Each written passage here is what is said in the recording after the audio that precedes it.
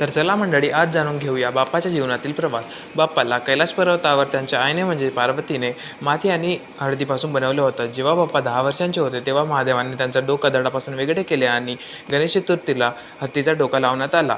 तेव्हाच त्यांचा नवीन जन्म झाला. त्यानंतर बाप्पा महादेवांचे पवित्र नगरी काशी येथे गेले. त्यानंतर एक दिवस रावण कैलासावर पोहोचला आणि महादेवांना आत्मलिंगाचं वरदान मागितलं. रावणाच्या चुकीच्या वागण्या थांबवण्यासाठी बाप्पा त्यांच्यासोबत गेले आणि धोक्याने आत्मलिंगाची स्थापना गोकर्ण येथे केली, म्हणून तो आज महाबळेश्वर मंदिर म्हणूनही ओळखला जातो. त्यानंतर बाप्पा उत्तराखंडच्या मान गाव येथे गेले, जे बद्रीनाथवरून 3 किलोमीटर आहे. तिथे ते महर्षी वेदव्यास यांच्या जवळ गेले. महर्षींनी त्यांना महाभारत ऐकवली आणि बाप्पांनी न थांबता मोरपंखांनी महाभारत लिहिली. लिहिताना मोरपंख तुटलं तेव्हा त्यांनी आपले दात तोडून महाभारत लिहिले, त्यामुळेच त्यांना एक दंत पण म्हणतात.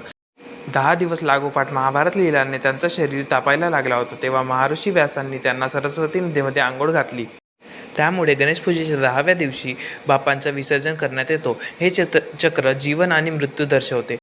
तर आमच्या चॅनलला शेअर आणि सबस्क्राईब करा आणि बोला गणपती बाप्पा मोरया.